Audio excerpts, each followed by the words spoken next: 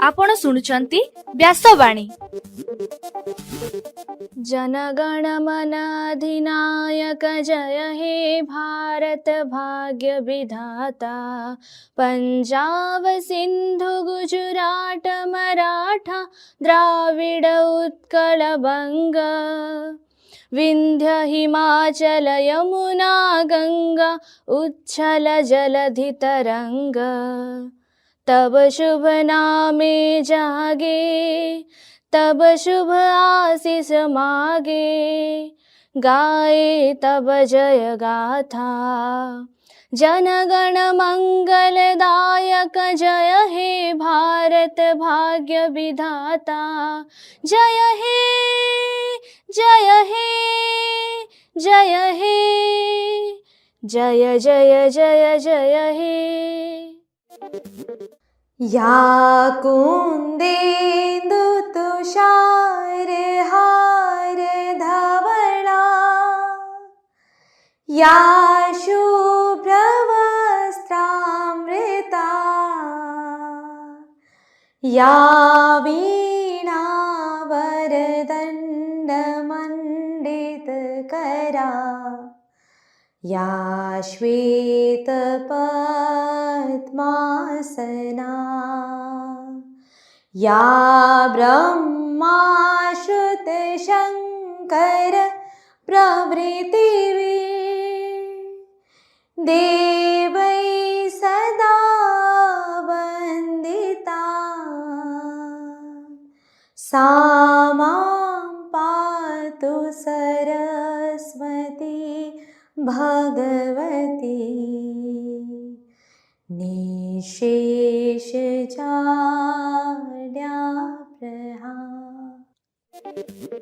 नमस्कार व्यासवाणीर खबर सहित मु जयस्मिता।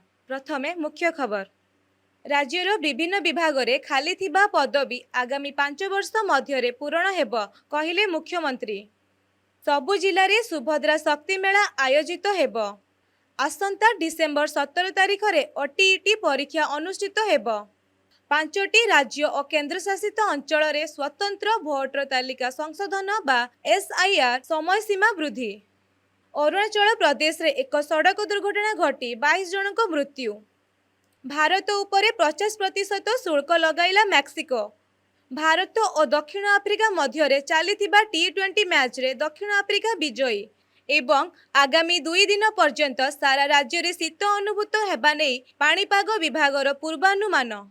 एबे संपूर्ण खबर। राज्य सरकार गत 18 मास मध्य 37,916 जन युवक युवती नियुक्ति प्रदान करिसेंति। आसंता 6 मास मध्य खाली थिबा आउ 30,000 पदवी पूरण कराजिबो बोली मुख्यमंत्री मोहन चरण माझी गतकाली कहिसेंति। से आहुरी कहिसेंति जे राज्यर विभिन्न विभागर खाली थिबा पदवी गुड़िक आगामी 5 वर्ष मध्य पूरण हेब। भुवनेश्वर आयोजित त्रयोदश नियुक्ति मेला 3टी विभागर 591 जन को नियुक्ति पत्र प्रदान अवसर में मुख्यमंत्री श्रीजुक्त माझी यह कहिसेंति। नवनियुक्त माने सरकारी चाकरी को जनसेवा भावे देखाइबा सहित दुर्नीति ठारू दूरेई रहिबाकू मुख्यमंत्री परामर्श देइछन्ति। एणिकी राज्यर सबु जिले में सुभद्रा शक्ति मेला आयोजन कराजिबो बोली उपमुख्यमंत्री प्रभाती परिड़ा कहिसेंति। गतकाली लोकसेवा भवन में मिशन शक्ति विभागर एक समीक्षा बैठक में श्रीमती परिड़ा यह कहिसेंति। से कहिसेंति जे पुरीर सुभद्रा शक्ति मेला सफल हेबा परे समस्त जिले में जिला स्तरीय सुभद्रा शक्ति मेला आयोजन कराजिबो। एथिरे नूतन स्वयं सहायक गोष्ठी उद्योगी को सुजोग देबाकू से जिला स्तरीय अधिकारी मानकू परामर्श देइछन्ति। चलित वर्ष रे 1,67,000 स्वयं सहायक गोष्ठी को बैंक माध्यम 10,184 कोटी टंका ऋण दिया जाइतिबा एही बैठक रे सूचना दिया जाइतिला। माध्यमिक शिक्षा परिषद बा बोर्ड द्वारा परिचालित ओडिशा टीचर एलिजिबिलिटी टेस्ट बा ओटीईटी 2025 आसंता डिसेम्बर 17 रे अनुष्ठित हेब। एही दिन 2टी पर्याय रे परीक्षा हेब। सकाळ 9 टारू 11:30 जाए पेपर 1 परीक्षा और अपराह्न 2 टारू 4:30 पर्यंत पेपर 2 परीक्षा हेब। एथिपाई एडमिट कार्ड डिसेम्बर 10 तारिख रु ऑनलाइन रे उपलब्धि होईछि। बोर्ड वेबसाइट www.bscodisha.ac www.sc.in ରେ ଆବଶ୍ୟକ ତଥ୍ୟ ପ୍ରଦାନ କରି ପରୀକ୍ଷାର୍ଥୀମାନେ ନିଜ ଆଡମିଟ୍ କାର୍ଡ ଡାଉନଲୋଡ୍ କରିପାରିବେ। ଦେଶରେ 12ଟି ରାଜ୍ୟ ଓ କେନ୍ଦ୍ରଶାସିତ ଅଞ୍ଚଳରେ ସ୍ୱତନ୍ତ୍ର ଭୋଟର ତାଲିକା ପ୍ରକ୍ରିୟା ଜାରି ରହିଛି। କେରଳକୁ ବାଦ୍ ଦେଲେ ଆଉ ବାକି ଥିବା 11ଟି ରାଜ୍ୟ ଓ କେନ୍ଦ୍ରଶାସିତ ଅଞ୍ଚଳରେ SIR ଫର୍ମ ଜମା କରିବାର ଶେଷ ତାରିଖ ଗତକାଲି ଥିଲା। ମାତ୍ର ଗତକାଲି ନିର୍ବାଚନ କମିଶନ ଫର୍ମ ଡିଜିଟାଇଜେସନ ଓ ଜମା କରିବାର ପ୍ରକ୍ରିୟାକୁ ନେଇ ସମୀକ୍ଷା କରିବା ସହ 5ଟି ରାଜ୍ୟ ଓ ଗୋଟିଏ କେନ୍ଦ୍ରଶାସିତ ଅଞ୍ଚଳରେ SIR ସମୟସୀମା ବଢ଼ାଇବାକୁ ନିଷ୍ପତ୍ତି ନେଇଛନ୍ତି। ମଧ୍ୟପ୍ରଦେଶ, ଛତିଶଗଡ଼ ଓ ଆଣ୍ଡାମାନ ନିକୋବରରେ ଆସନ୍ତା 18 ତାରିଖ ଯାଏଁ, ସେହିପରି ଉତ୍ତରପ୍ରଦେଶରେ 26 ତାରିଖ, ଗୁଜୁରାଟ ଓ ତାମିଲନାଡୁରେ 14 ତାରିଖ ପର୍ଯ୍ୟନ୍ତ SIR ଫର୍ମ ପୂରଣ କରାଯାଇପାରିବ। ଅରୁଣାଚଳ ପ୍ରଦେଶ ଅନ୍ତର୍ଗତ ହାଇଲୁଲିଆଙ୍ଗ ଅଞ୍ଚଳରେ ଏକ ସଡ଼କ ଦୁର୍ଘଟଣା ଘଟି 22 ଜଣ ଶ୍ରମିକଙ୍କ ମୃତ୍ୟୁ ଘଟିଛି। ଏହି ଦୁର୍ଘଟଣା ଗଲା ଡିସେମ୍ବର 8 ତାରିଖ ରାତିରେ ଘଟିଥିଲା। ଭାରତ ଚୀନ ସୀମାରେ ଶ୍ରମିକଙ୍କୁ ନେଇ ଯାଉଥିବା ଟ୍ରକଟି ନିୟନ୍ତ୍ରଣ ହରାଇ ଏକ ଗଭୀର ଘାଇ ଭିତରକୁ ଖସି ପଡ଼ିଥିଲା। ପରେ ଏହାର କୌଣସି ପତ୍ତା ମିଳିନଥିଲା। ଉଦ୍ଧାର କାର୍ଯ୍ୟ ଜାରି ରହିଥିବା ବେଳେ ଗତକାଲି ସେଠାରୁ 20ଟି ମୃତଦେହ ଉଦ୍ଧାର କରାଯାଇଛି। ଆମେରିକୀୟ ରାଷ୍ଟ୍ର ମେକ୍ସିକୋ ଭାରତ ଉପରେ 50% ଶୁଳ୍କ ଲାଗୁ କରିଛି। ଏହା ଆସନ୍ତା ବର୍ଷ 2026ରୁ ଲାଗୁ ହେବ। ଏହି ଶୁଳ୍କ ଲାଗୁ ହେବା ଦ୍ୱାରା ଦେଶର ଅଟୋମୋବାଇଲ ଶିଳ୍ପ ଗୁରୁତର ପ୍ରଭାବିତ ହେବ ବୋଲି ଆଶଙ୍କା କରାଯାଇଛି। କାରଣ ଦକ୍ଷିଣ ଆଫ୍ରିକା ଓ ସାଉଦି ଆରବ ପରେ ଭାରତ ମେକ୍ସିକୋକୁ ଅଧିକ କାର ରପ୍ତାନି କରିଥାଏ। କେବଳ ସେତିକି ନୁହେଁ, ପୋଷାକ, ପ୍ଲାଷ୍ଟିକ, ଷ୍ଟିଲ, ଘରକରଣା ଉପକରଣ, ଟେକ୍ସଟାଇଲ, ଜୋତା ଆଦି ସାମଗ୍ରୀର ରପ୍ତାନି କ୍ଷେତ୍ରରେ ମଧ୍ୟ ଭାରତ ପ୍ରଭାବିତ ହୋଇପାରେ ବୋଲି ଅର୍ଥନୀତିଜ୍ଞମାନେ ଅନୁମାନ କରିଛନ୍ତି। ଭାରତ ସହ ଚାଇନା, ଦକ୍ଷିଣ କୋରିଆ, ଥାଇଲାଣ୍ଡ, ଇଣ୍ଡୋନେସିଆ ଉପରେ ମଧ୍ୟ ମେକ୍ସିକୋ ଏହି ଶୁଳ୍କ ଲାଗୁ କରିଥିବା ଜଣାପଡ଼ିଛି। ଗତକାଲି ଭାରତ ଓ ଦକ୍ଷିଣ ଆଫ୍ରିକା ମଧ୍ୟରେ ନ୍ୟୁ ଚଣ୍ଡିଗଡ଼ରେ ଅନୁଷ୍ଠିତ ଦ୍ୱିତୀୟ T20 ମ୍ୟାଚରେ ଦକ୍ଷିଣ ଆଫ୍ରିକା 51 ରନରେ ବିଜୟୀ ହୋଇଛି।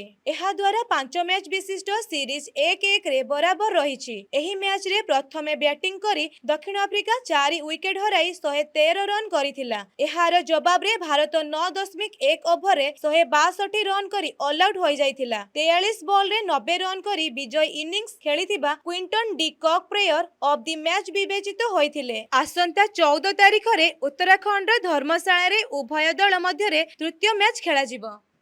ଏବେ ପାଣିପାଗ ଖବର। ଉତ୍ତର ପଶ୍ଚିମ ଦିଗରୁ ପ୍ରବାହିତ ହେଉଥିବା ଥଣ୍ଡା ଶୁଷ୍କ ବାୟୁ ପ୍ରଭାବରେ ଶୀତଲହରୀ ଜାରି ରହିଥିବା ବେଳେ ଆସନ୍ତା 13 ତାରିଖ ଯାଏଁ ପ୍ରବଳ ଶୀତ ଲାଗି ରହିବ ବୋଲି ଆଞ୍ଚଳିକ ପାଣିପାଗ ବିଜ୍ଞାନ କେନ୍ଦ୍ର ପକ୍ଷରୁ ପୂର୍ବାନୁମାନ କରାଯାଇଛି। ଗତ 24 ଘଣ୍ଟାରେ ରାଜ୍ୟର ସର୍ବନିମ୍ନ ତାପମାତ୍ରା ସେମିଳିଗୁଡାରେ 3.5 ଡିଗ୍ରୀ ରେକର୍ଡ ହୋଇଛି। ସେହିପରି ଜି ଉଦୟଗିରିରେ 4, ଫୁଲବାଣୀରେ 5.2, ଚିପଳିମାରେ 6.1, ରାଉରକେଲାରେ 6.6, ଦାରିଙ୍ଗବାଡିରେ 7, ଭବାନୀପାଟଣାରେ 8, କୋରାପୁଟ ଓ ବଲାଙ୍ଗୀରରେ 9.3, କେନ୍ଦୁଝର ଓ ସୁନ୍ଦରଗଡ଼ରେ 9.6 ଏବଂ ସୋନପୁରରେ 10 ଡିଗ୍ରୀ ତାପମାତ୍ରା ରେକର୍ଡ କରାଯାଇଛି। ଭଦ୍ରକ, ବାଲେଶ୍ୱର, ମୟୂରଭଞ୍ଜ, କେଉଁଝର ଏବଂ ଢେଙ୍କାନାଳ ଆଦି ଜିଲ୍ଲାଗୁଡ଼ିକରେ ରାତିର ତାପମାତ୍ରା କମ୍ ରହିବ ବୋଲି ଆକଳନ କରାଯାଇଛି। ଏହି ସବୁ ଜିଲ୍ଲାରେ ଥଣ୍ଡା ଅନୁଭୂତ ହେବା ସହ ସକାଳେ ହାଲୁକା କୁହୁଡ଼ି ଦେଖିବାକୁ ମିଳିବ ବୋଲି ଆଞ୍ଚଳିକ ପାଣିପାଗ ବିଜ୍ଞାନ କେନ୍ଦ୍ର ପକ୍ଷରୁ ସୂଚନା ଦିଆଯାଇଛି।